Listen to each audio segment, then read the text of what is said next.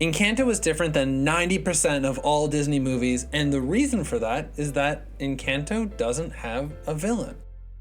At the beginning of the film, you kind of get the sense like maybe Bruno is the villain, but then you meet him and he's hilarious and he's weird and he's got a heart of gold. And you realize that this movie just doesn't have a bad guy. And you know, that really got me thinking. A lot of the more recent Disney movies don't have like a traditional bad guy. Think about Raya and the Last Dragon, or think about Ralph Breaks the Internet. It just feels like these guys are not your traditional bad guy.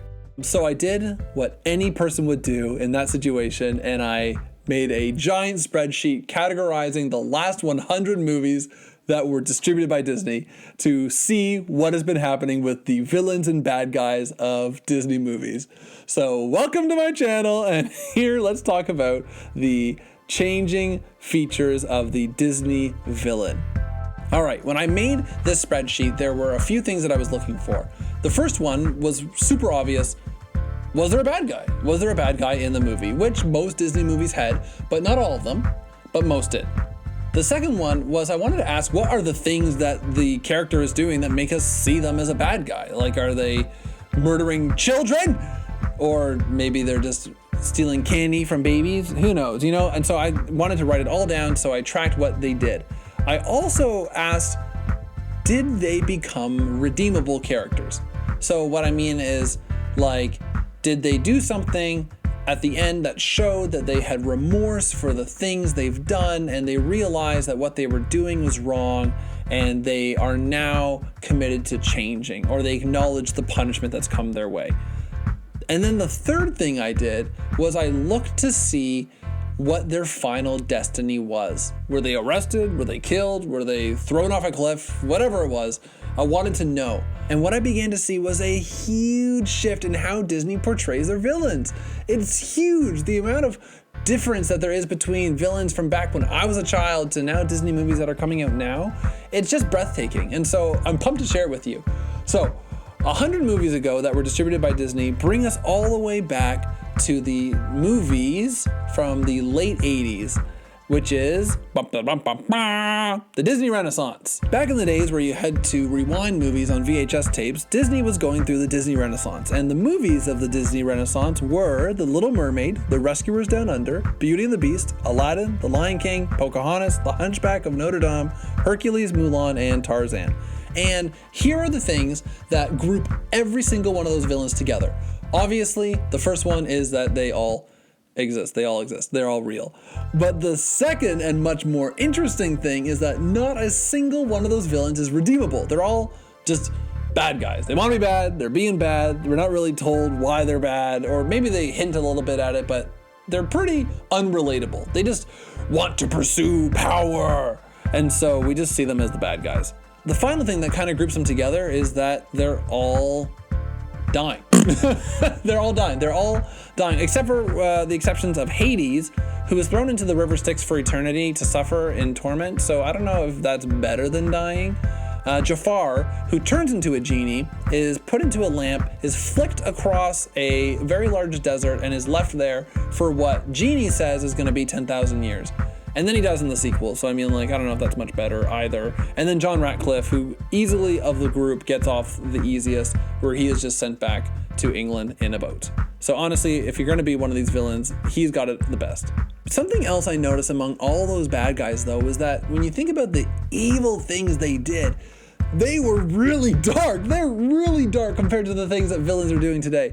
Think about Gaston and Jafar and Frollo, who are openly longing towards the women, the female protagonists in the movie. Or think about John Ratcliffe, who literally was performing a race war. Shan Yu slaughtered entire villages. The things that were happening in the early Disney movies were crazy. It was madness. Do you remember that scene where Clayton from Tarzan was angrily and just full of rage slashing at all the vines that were holding him up and keeping him from dying? That movie is scarred in my brain. I cannot not think of that movie whenever I think about a violently scary death for a villain. It honestly just, it petrifies me. The Disney Renaissance villains are terrible. They're terrible people. There's nothing redeeming about them. They're scary. They're absolutely terrible, terrible, terrible creatures. And when you move from the Renaissance to what I'm going to call the post-Renaissance, you begin to see a shift in how Disney villains are portrayed. So check this out. When you enter the post-Renaissance, there's 15 movies from Fantasia, which is the first movie after the Renaissance, all the way until just before Frozen. And there's two different ways I've noticed that they're different. One, almost all of the Disney villains in here are living, with the exception of 4, all right? The T-Rex from Dinosaur, the Commander from Atlantis, Mother Gothel from Rapunzel, and Turbo/King Candy from Wreck-It Ralph. And so of the 15, for only 4 to die, that's over 2/3 are living. That's a big shift. And another thing that we begin to see, so this is less profound, or less pronounced, I mean to say, is that these villains become more relatable. And you almost don't even think of them as villains. Think about the brother who is trying to pursue his brother and as a bear and kill him. He's the villain. He's the one who's doing bad things, even though he doesn't know it, right? Think about John Silver at Treasure Planet. You know, this is a guy who has a relationship with the main character, and you really see that internal conflict he's having with himself about wanting treasure, but also wanting to care for his friend. So when you look at those people, you just think like these guys aren't even villains at all. Why are they on the villains list? Listen, I just Googled villain and this is what it spat out at me. Don't blame me, blame the Disney fandom Wikipedia. But what you really are beginning to see is that Disney villains are becoming relatable. They're becoming more like people. Like they're just not these like super evil entities you're told, don't like this guy. You're realizing that they actually have personality and they have motive and they're doing the things they're doing for a reason. And it becomes a little bit more conflicting for you and me, the audience, because we begin to see them in a different light. Then we move into the modern era of Disney. And I've categorized this group as basically from Frozen to now. It's 8 movies that were released by Disney. And of them, only 7 have a villain. Obviously, Encanto is the one that doesn't have a villain. But get this, 4 of them, so half of them, are redeemable characters. They do something at the end that shows that they were never really the bad guy the whole time, or maybe that they're remorseful for the things that they've done, or whatever. But half of them are actually turned into good guys.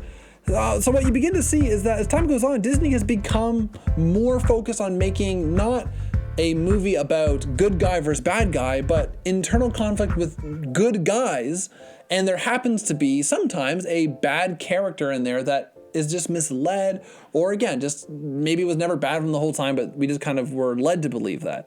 Compare that to people like Jafar, who literally is just on a killing rampage to get power. Or just think about Ursula, who is tricking a minor, like a child, so that way she can go and have revenge on the king of the sea, King Triton. And so really, like, there's such a big difference between those early villains and these later ones. Even one of the most sinister villains of the modern Disney era, Assistant Mayor Bellwether. You know, she's really only trying to get justice for a group of people who she felt like were giving injustice for so long. And so really, you compare that to some of these older guys, like, she's a saint. She's a saint. I actually really like this change for Disney. I think it's showing a lot of growth and development in their characters. And I also think it invites a more complex look at the story rather than just good versus evil. Good guy does everything perfect and good all the time. Bad guy is a bad guy and does bad things like murder and killing. So let me know what you think in the comments down below. You guys know I love to chat with you. I love to hear your opinion. So please let me know your thoughts. Guys, this video took a lot longer to make than my average video. So I would really appreciate if you liked this video, if you subscribed to my channel, if you don't subscribe already, and that you would join the community. And listen, if you really super like this video, share it with someone, maybe with a friend, and say, hey, check out this cool video. Guys, thanks so much. I love making videos for you guys. I love hanging out with you. And guys, you know what it is. Have a great day. Have a great life. Have a great millennium. Have a great 4 seconds from now. And we'll see you in the next video. Bye-bye.